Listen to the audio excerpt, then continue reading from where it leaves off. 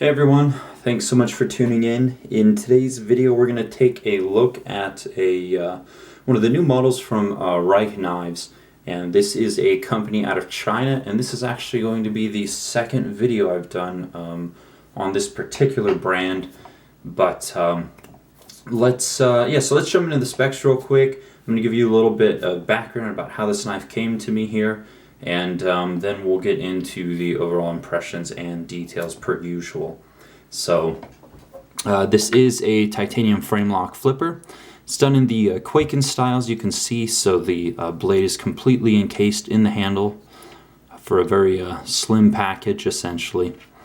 But the closed length is about 4.75 inches.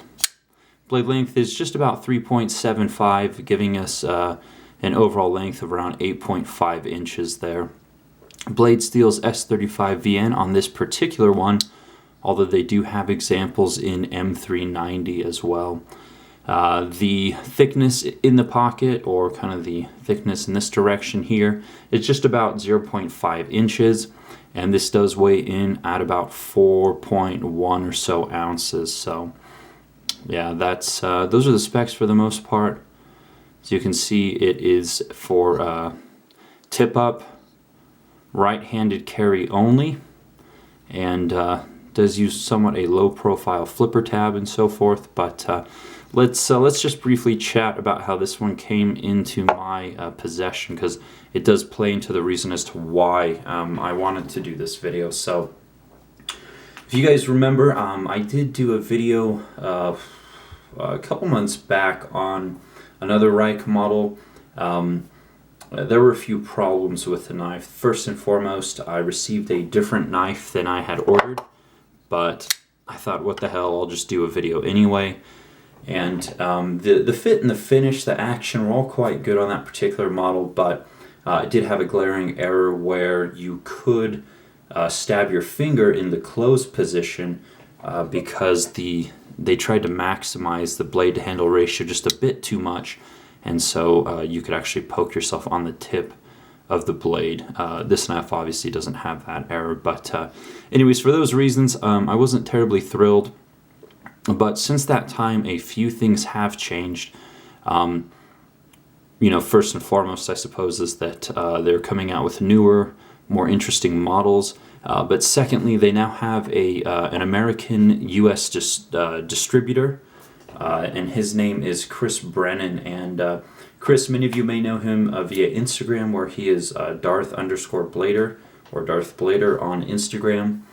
And he's kind of picked up the mantle as the U.S. distributor. There are a few U.S. dealers who are carrying them as well, which are GP Knives, who have sold quite a few, and also Blade HQ, who are due to receive some soon. But what had happened was Chris had contacted me and said, hey, I'm the distributor now. I will handle all warranty work here in the U.S.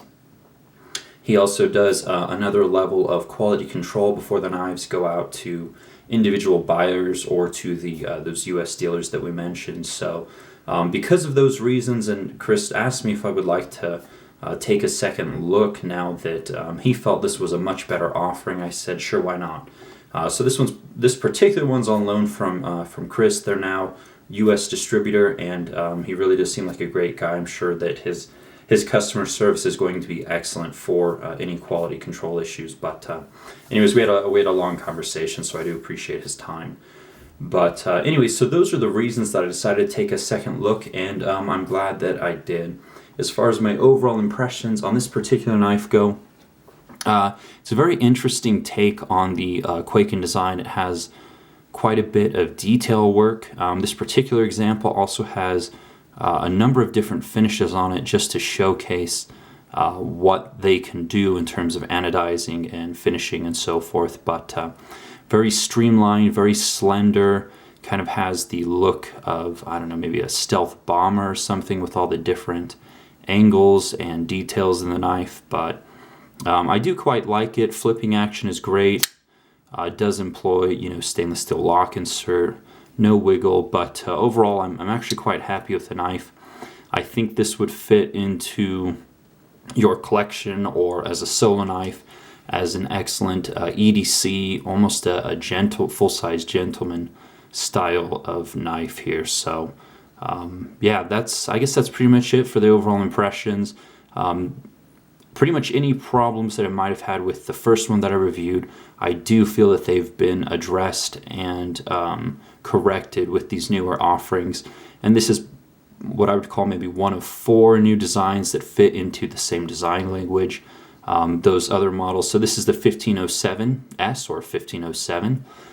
Some of the other models that I think are quite interesting are the 1504, and they have the A and the B with different blade shapes, the 1508, which is the integral, and this one is the 1507. So that's the family of 4 of the new designs. Hopefully, I'll get my hands on some of those to do videos and share with you guys as well, but I know quite a few of you in the feedback video that I did had mentioned you'd like to see more high-quality overseas knives, and I think this fits that bill quite well. So anyways, without further ado, let's get into the specifics. This is S35VN, and it is in a flat grind, has a bead, kind of a bead blast finish, and it's a very nice bead blast finish, definitely very nice finish work. You'll have to excuse the fingerprints and maybe some of the goop. I did actually use this knife, so probably should have cleaned a little bit better before the video, but alas, we're already 6 minutes in, so I'm not stopping now. But yeah, it comes down full flat grind, or a flat grind essentially. There's a swedge up at the top on both sides, along with a almost, it doesn't feel completely flat, it feels almost a little bit rounded. Might be because of the swedges on each side, but has still a good amount of material on the tip there, and you know, nice thick blade stock. I believe it's about 0.17 inches on the blade stock there. So does say Rike Knives, has the model number and the S35VN designation.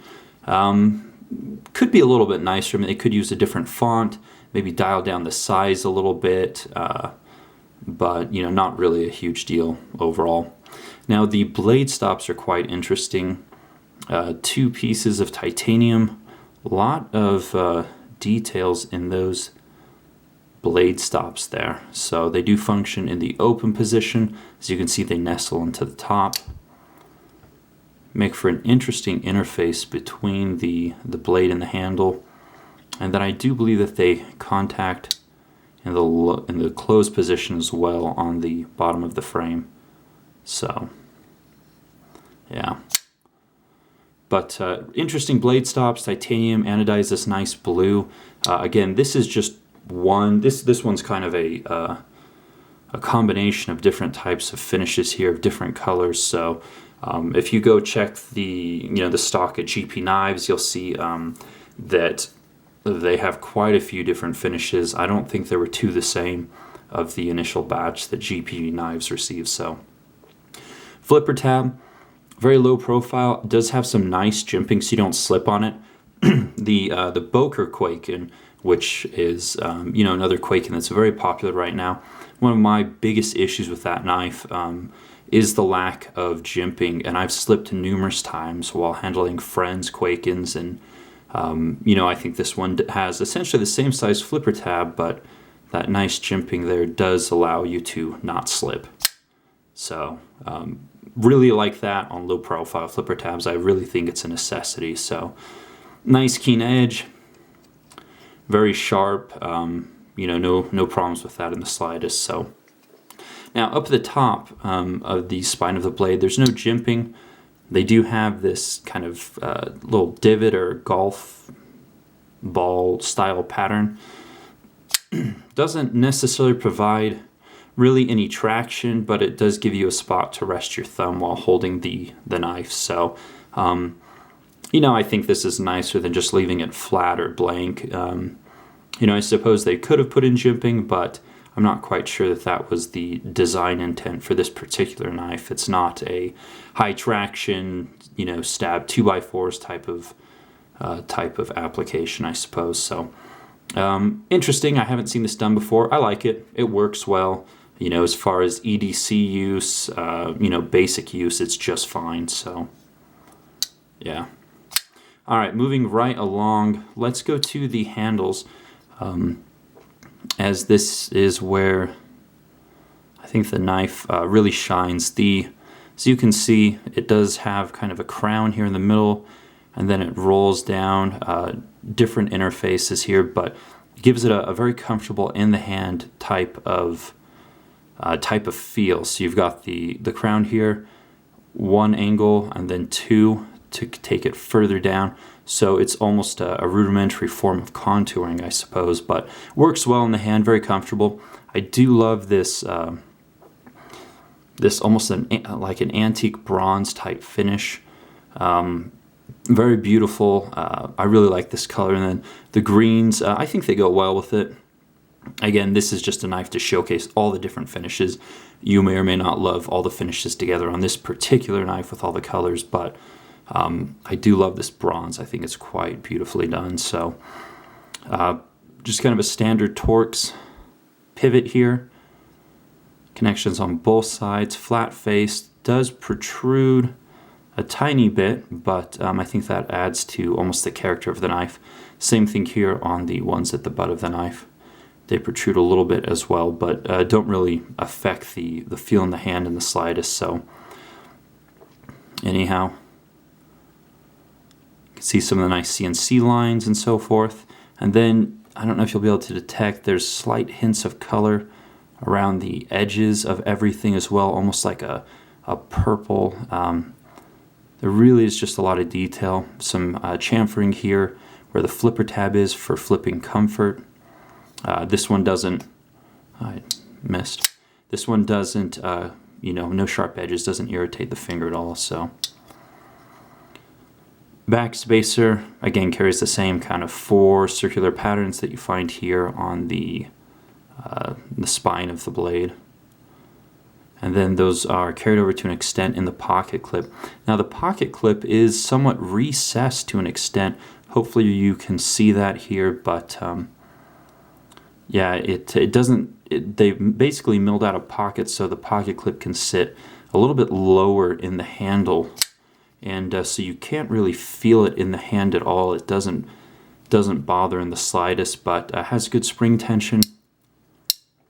Works well, carriage fairly deep. The contact screw for the pocket clip is here on the inside, so no exposed screws on this particular clip. Also titanium, a little bit of texture there for pulling it out of the pocket, but anyhow. Now the hardware on this, stainless steel ball bearings encased in a stainless steel cage, stainless steel detent ball, stainless steel hardened contact for the tang of the blade. So lockup is completely solid, no wiggle, and then there's no stick at all, and you should have a longer lasting lock face. The same attributes you get from all stainless steel lock inserts. So well done.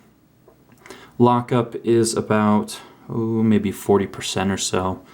So there's, that's a good bit. I like it between about 30 and 50%. When it starts getting to 60 or 70, I don't love it, but just fine on this particular one. So yeah, let's see what else.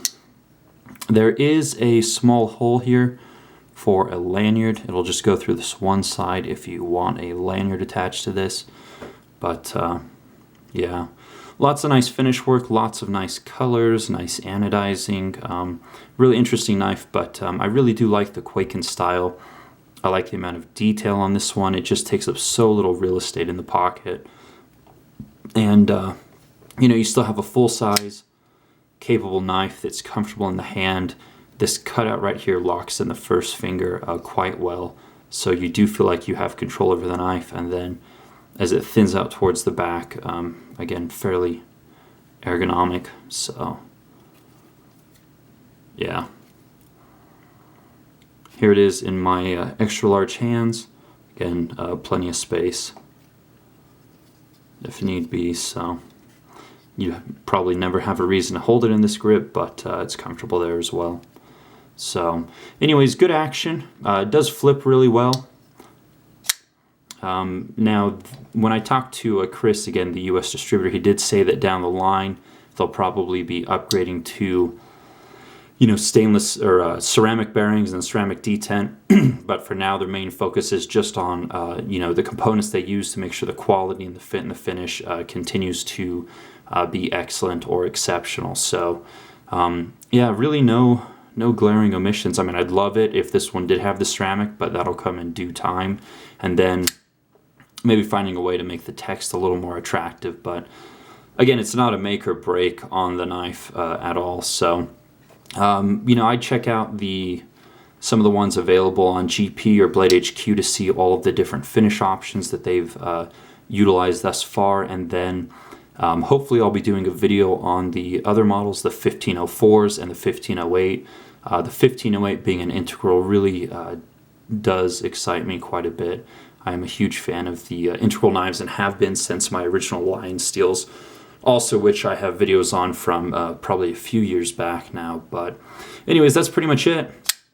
So another interesting knife, high quality Chinese produced knife in reasonable price points, certainly. So, and then with someone to do the warranty, you should be set. So anyways, thanks for watching, guys. Take care. Have a good night.